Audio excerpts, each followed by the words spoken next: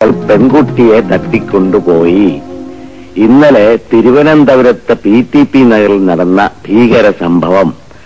ഇന്നലെ പട്ടാപ്പകൽ ഒരു ടിപ്ടോപ്പ് ആസാമി PTP നഗറിലുള്ള ഒരു വീടിനുള്ളിൽ കടന്നു ചെന്നു.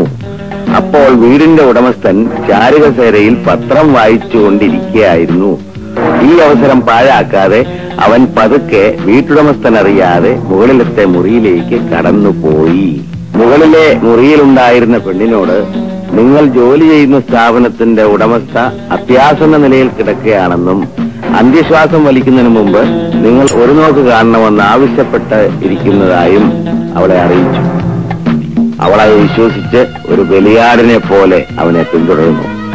അപ്പോഴും ആ വീട്ടുടമസ്ഥൻ ഇതൊന്നും അറിയാതെ പത്രം വായിച്ചുകൊണ്ടിരിക്കുകയായിരുന്നു.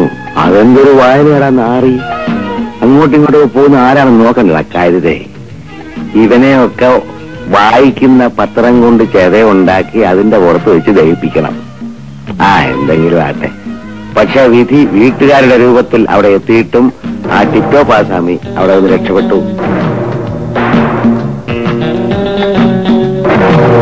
ഇതിനെപ്പറ്റി പോലീസ് അന്വേഷണം നടത്തിക്കൊണ്ടിരിക്കുന്നു.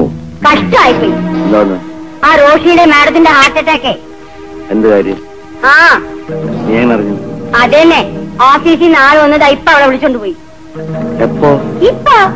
അതങ്ങനെ ഞാനിവിടെ പത്രം വായിച്ചോണ്ടിരിക്കുന്നു. ഞാൻ അറിയാതെ പുറത്തു പോകും. അയ്യോ, ഞങ്ങൾ അറിഞ്ഞില്ലേ? ഇല്ല.